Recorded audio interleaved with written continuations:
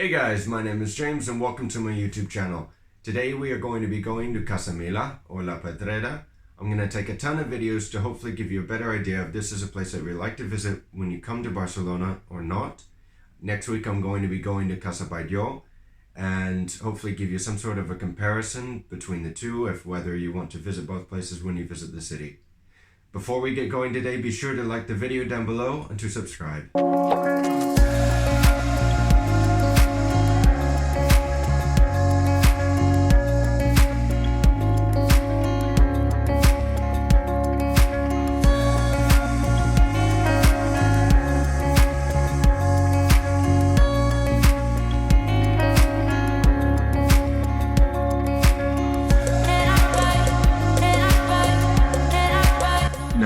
General admission is about 22 euros per person and it's about 16.50 for students. So if you have a student card and if it's still active, or at least if it doesn't have the expiration date on it like some of the cards here at some of the universities, then it would definitely behoove you to bring it with you.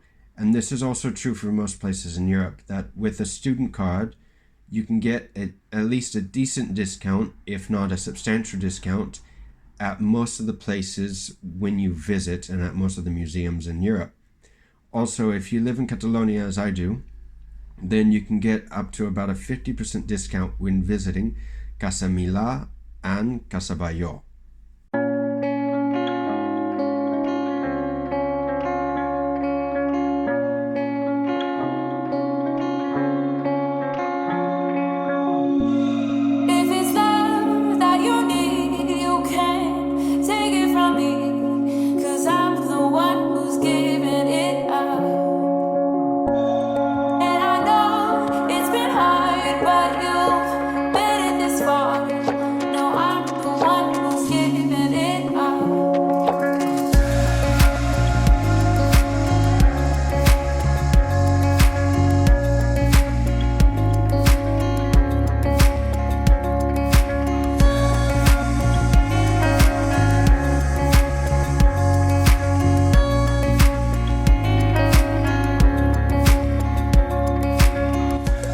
Also, something that they do at La Pedrera, they have a night and dinner tour at La Pedrera. So they have an actual show or a light show on the rooftop and then dinner afterwards in the cafe, which is also a cool thing that you might want to check out. I haven't done it yet, but when I do, I will surely do a review.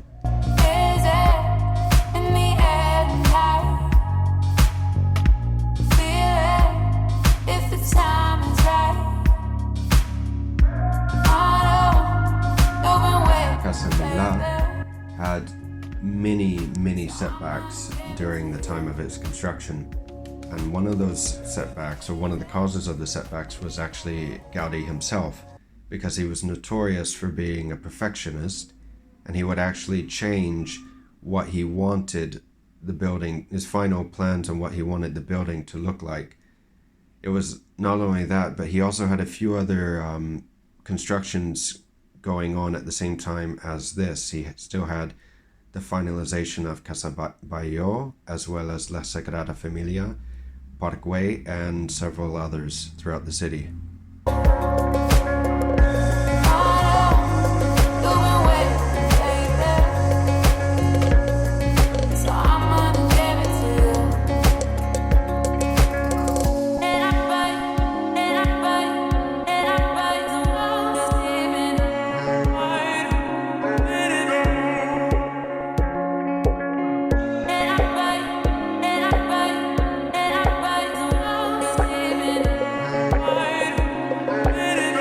The second part of the tour is in the attic. This is the darkest part of the building, and it's also a part of the building where they used to do all the laundry, all the washing and cleaning. Even though that's very interesting, they still tell you that on the tour. But anyway, it is one of the darkest parts of the building, and it's also where they have the gallery located for the Pedrera, or all of its work, so you can actually walk through there and see all the videos that they have on Pedrera and a few other things about it.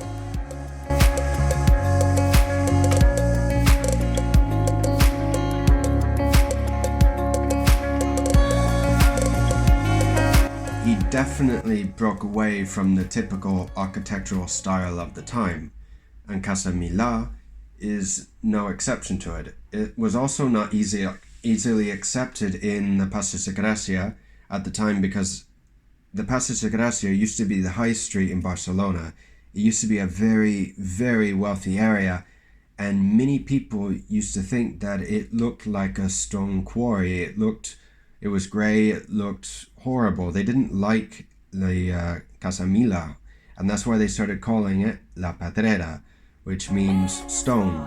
No, I'm the one who's giving it up.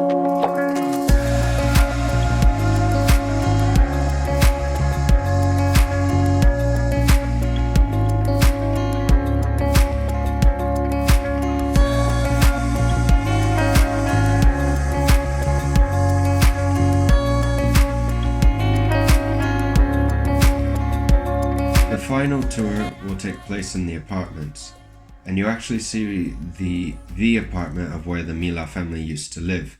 You also see how much wealth that they used to have, as they commissioned one of the most famous architects in Barcelona to build their house for them. And they didn't just want a house built for them, they wanted an apartment complex built for them so they could live on the upper floor and rent the other apartments out. Today there are still some people that live in La Pedrera.